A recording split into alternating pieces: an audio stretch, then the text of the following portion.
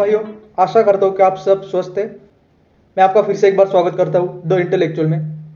जैसे कि आपको पता है, हमारे चैनल पर कॉन्स्टिट्यूशन के जो आर्टिकल्स हैं उनकी सीरीज चालू है, जिसमें हम किसी भी एग्जाम के पर्सपेक्टिव से जो जो इंपॉर्टेंट आर्टिकल्स है वो सब इसमें आसान तरीके से कवर कर रहे हैं। हमने अभी तक आर्टिकल 50 तक पढ़ लिया है, जिसमें आर्टिकल 51 ए भी शामिल है, यानी कि जो पार्ट 4A है जिसमें फंडामेंटल ड्यूटीज दिए गए हैं वो भी हमने पढ़ लिया है। अगर आपने वीडियोज नहीं देखे तो एक बार जरूर देखिएगा, जो कि इसी चैनल पे अपलोडेड है।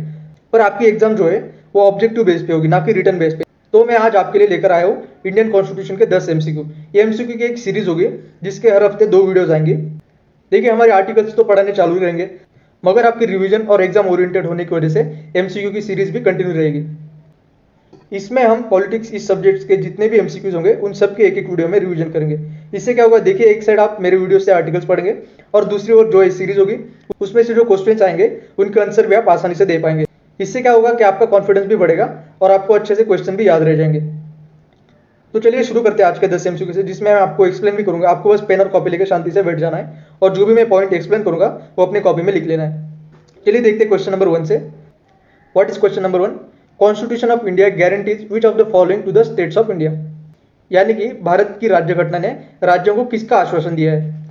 आपके ऑप्शन है territorial integrity, sovereignty, right to seek it from union and none of the above. यानी कि क्षेत्र की अखंडता, यह आपका पहला ऑप्शन है।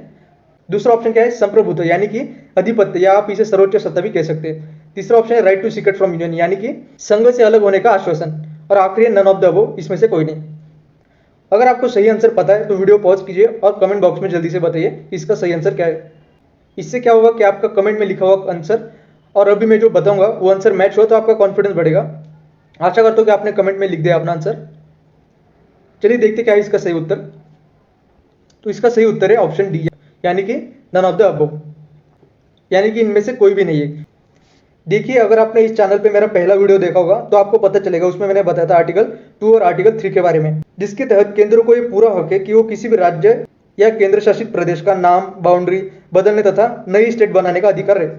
और न ही किसी राज्य को भारतीय संघ से अलग होने का अधिकार दिया गया है, क्योंकि भारत एक संघ राज्य है जिसे आप क्वासी फेडरल भी कह सकते हैं। इसलिए इसका सही उत्तर है नन ऑफ द अबव, यानी कि इनमें से कोई भी नहीं। अगला क्वेश्चन की तरफ चलते हैं। अगला क्वेश्चन है the minimum and maximum age for candidate to contest election for president of India office. यानी कि राष्ट्रपति पद के चुनाव के लिए जो उम्मीदवार है उसकी कम से कम और ज्यादा से ज्यादा आयु कितनी होनी चाहिए? आपके ऑप्शन है 25 और 65 साल, कम से कम 35 साल और मैक्सिमम नो लिमिट। मिनिमम 25 साल और मैक्सिमम 9 मिनट, यानी कि कोई मर्यादा नहीं। अगर आपको सही आंसर पता है तो वीडियो पॉज करके अपना आंसर कमेंट बॉक्स में लिख दीजिए। मैं 2-3 सेकंड वेट करूंगा आपके लिए। तो देखते हैं इसका सही आंसर क्या है। Correct answer is option C, यानी कि मिनिमम 35 साल और मैक्सिमम कोई मर्यादा नहीं है। देखिए, राष्ट्रपति पद के चुनाव के लिए जो पात्रता है, योग्यता है, वो हमारे कॉन्स्टिट्यूशन के अनुच्छेद 58 में दी गई है। तो क्या क्या क्वालिफिकेशंस होगी राष्ट्रपति के चुनाव के लिए, मैं आपको 1 बाय 1 बता देता हूँ। पहले तो भारतीय नागरिक होना चाहिए, ये पात्रता तो आपने भी क्वालिफाई कर ली। अगली है आपकी उम्र 35 साल होनी चाहिए। अगर आप में से किसी के एज 35 है तो कॉन्ग्रेचुलेशन, आप भी क्वालिफाई कर गए। अगली कंडीशन है आप लोकसभा के सांसद बनने के पात्र होने चाहिए। ये थोड़ा मुश्किल है, पर क्या पता आप में से किसी के पास अच्छी कम्युनिकेशन स्किल्स है, अच्छी लीडरशिप स्किल्स है, तो इतना भी कठिन नहीं है। अगली और आखिरी कंडीशन है आपने स्टेट या सेंटर के अधीन कोई भी लाभ का पद धारण नहीं किया होना चाहिए। और अगर आपने चारों कंडीशंस क्वालिफाई कर ली तो कॉन्ग्रेचुलेशन, आप बन गए भारत के राष्ट्रपति। अगले क्वेश्चन की तरफ चलते हैं। Question number 3, a Lok Sabha speaker address his or her resignation to whom among the following? Lok Sabha के जो अध्यक्ष होते हैं, यानी कि स्पीकर, वो अपना त्याग पत्र किसे देते हैं? आपके ऑप्शन है डेप्यूटी स्पीकर, यानी कि उपाध्यक्ष, प्रेसिडेंट, यानी कि राष्ट्रपति, प्राइम मिनिस्टर, और ऑप्शन डी है लॉ मिनिस्ट्री, यानी कि कानून और न्याय मंत्रालय। मैं क्वेश्चन एक बार फिर से रिपीट कर देता हूँ। लोकसभा के जो अध्यक्ष होते हैं, यानी कि स्पीकर, वो अपना त्याग पत्र किसे देते हैं? आपके ऑप्शन है deputy speaker, president, prime minister और लॉ मिनिस्ट्री। अगर आपको इसका सही आंसर पता है तो जल्दी से कमेंट बॉक्स में लिख दीजिए। चलिए क्या है देखते हैं इसका आंसर। तो इसका सही आंसर है ऑप्शन ए, यानी कि डेप्यूटी स्पीकर। देखिए, यहाँ पे होता क्या है, अगर अध्यक्ष को अपना पद खाली करना है तो अपना त्यागपत्र उपाध्यक्ष को देगा, और अगर उपाध्यक्ष को अपना पद खाली करना है तो अपना त्यागपत्र अध्यक्ष को देंगे। इतना सिंपल। ये बहुत ही आसानी से समझाया मैंने आपको, इसी बात पर लाइक कर दीजिए वीडियो को। चलिए अगले प्रश्न की तरफ। Question number 4, from which country the method of impeachment of the president of India is adopted from? यानी कि राष्ट्रपति की जो महाभियोग की प्रक्रिया है उसे कौन से देश से लिया गया है? आपके ऑप्शन है अमेरिका, इंग्लैंड, रशिया और फ्रांस। मैं आपको क्वेश्चन फिर से एक बार रिपीट कर देता हूँ। राष्ट्रपति की जो महाभियोग की प्रक्रिया है यानी कि इम्पीचमेंट, उसे कौन से देश से लिया गया है? आपके ऑप्शन है अमेरिका, इंग्लैंड, रशिया और फ्रांस। अगर आपको इसका आंसर पता है, वीडियो पॉज करके अपना उत्तर कमेंट बॉक्स में लिख दीजिए। देखते हैं क्या है इसका आंसर। तो दोस्तों इसका सही आंसर है ऑप्शन ए, यूएसए यानी कि अमेरिका। मतलब राष्ट्रपति के महाभियोग की जो प्रक्रिया है उसे अमेरिकन कॉन्स्टिट्यूशन से लिया गया है। आपको एक बात और ध्यान में रखनी कि जो महाभियोग की प्रक्रिया है, प्रस्ताव, उसे सिर्फ तब लाया जा सकता है जब राष्ट्रपति संविधान का उल्लंघन करे या अपने कामों के प्रति दुर्व्यवहार या अक्षम साबित हो। इन दो कारणों पर ही राष्ट्रपति पर महाभियोग की प्रक्रिया शुरू की जा सकती है। अगले क्वेश्चन पे चलते हैं। Question number 5, what is the maximum life of an ordinance promulgated by the president of India? यानी कि राष्ट्रपति जो अध्यादेश जारी करते हैं उसकी ज्यादा से ज्यादा आयु कितनी होती है? आपके ऑप्शन है 6 महीने, 7.5 महीने, 8 महीने या 10 महीने। अगर आपको इसका सही आंसर पता है कमेंट बॉक्स में जल्दी बता दीजिए। चलिए देखते हैं इसका आंसर क्या है। इसका सही आंसर है ऑप्शन बी यानी कि 7.5 महीने। देखिए राष्ट्रपति अनुच्छेद 123 के तहत अध्यादेश जारी करते हैं कब? जब संसद या संसद का कोई भी हाउस सेशन में नहीं है और कोई इमरजेंसी आ जाती है तब राष्ट्रपति अध्यादेश निकलते हैं। पार्लियामेंट का जो 2 सेशंस होते हैं उनमें मैक्सिमम डिफरेंस 6 महीने से ज्यादा नहीं होना चाहिए, तो वो हो गए आपके 6 महीने। इसके बाद जब भी पार्लियामेंट का सेशन शुरू होता है उसके 6 हफ्ते के अंदर जो अध्यादेश राष्ट्रपति ने निकाला होता है उसे पारित करना जरूरी होता है 6 हफ्ते के अंदर। तो देखिए मैक्सिमम कितना हो गया। पहले तो जो पार्लियामेंट के 2 सेशंस होते हैं उसमें मैक्सिमम जो डिफरेंस होता है वो होता है 6 महीने, तो ये 6 महीने हो गए।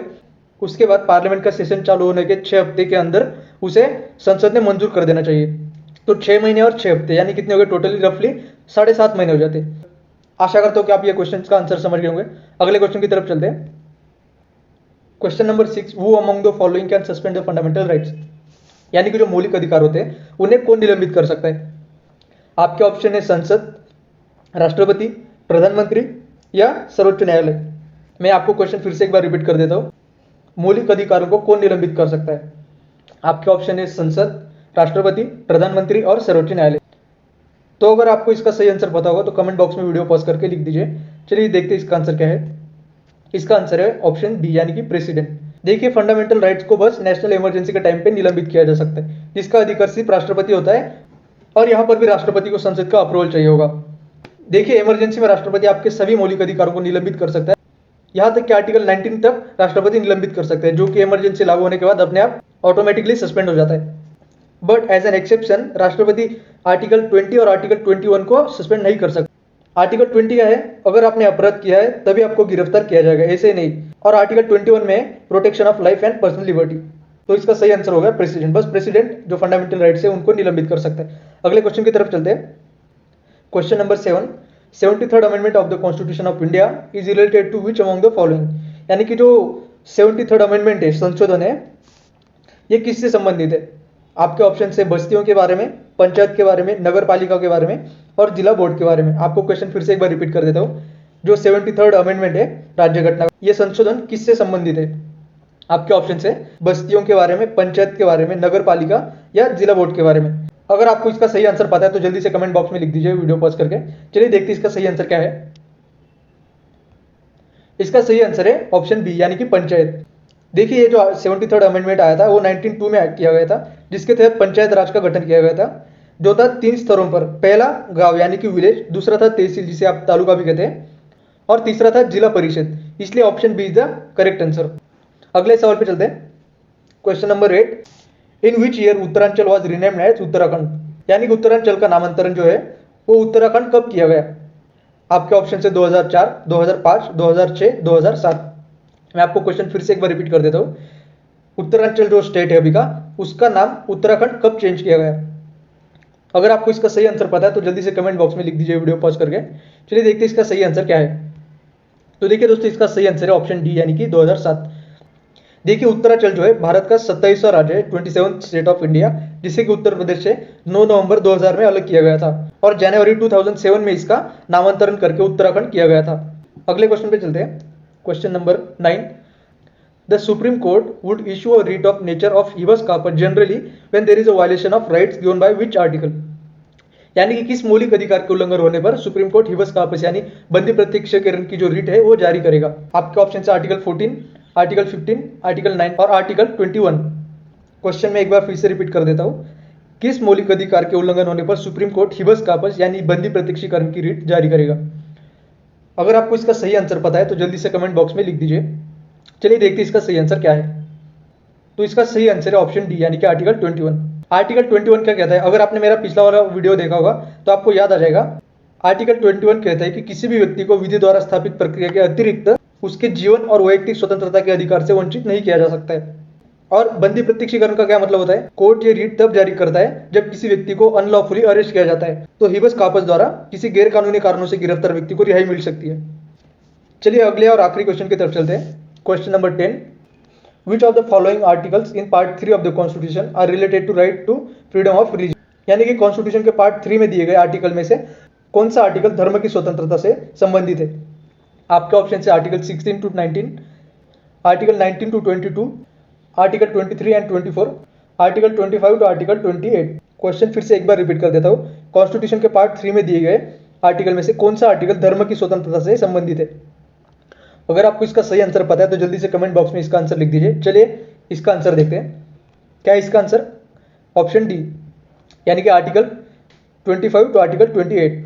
जो धर्म के स्वतंत्र का अधिकार है वो कॉन्स्टिट्यूशन के आर्टिकल 25 से आर्टिकल 28 तक दिए गए। ये भी मैंने अपनी वीडियोज में बताया है।